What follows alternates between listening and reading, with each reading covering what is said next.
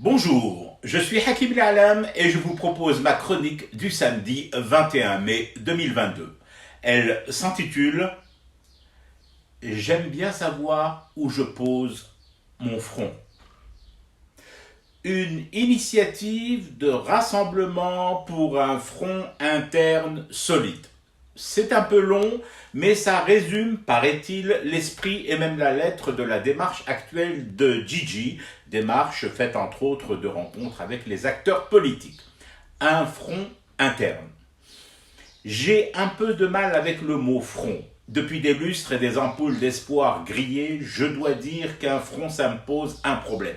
Un front détourné en 62, un autre front meurtrier et qui m'a volé près de 30 années de ma vie et continue aujourd'hui encore de me la pourrir à travers ses produits dérivés. Donc, vous l'aurez compris, j'ai un sacré problème historique avec le concept de front.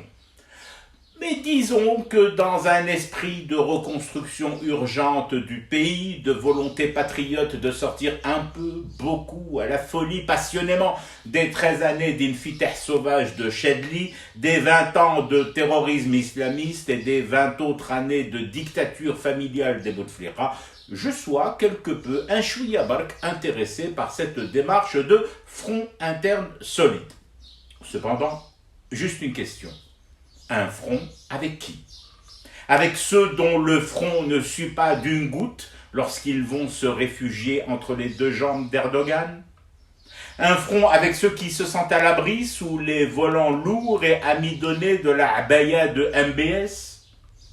Ou encore un front avec ceux qui rêvent d'inscrire comme immuables dans nos manuels scolaires les cours de toilette du mort et mise sur la relance de l'industrie locale à travers les manufactures de règles et de double décimètres pour mesurer la longueur des jupes de nos filles et femmes.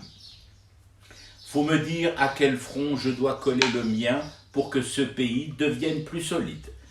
Parce qu'il faut que je vous confie, tout de même, qu'à mon âge, j'ai des pathologies. Oh, rien de très grave, mais il me faut vous les souligner par honnêteté. Ma peau, surtout au niveau du front, est très sensible. Elle s'irrite facilement. Pour tout vous dire, coller mon front à un autre front auréolé d'une pastille, ça me ferait tellement mal que je risque d'en jurer de douleur, voire de blasphémer.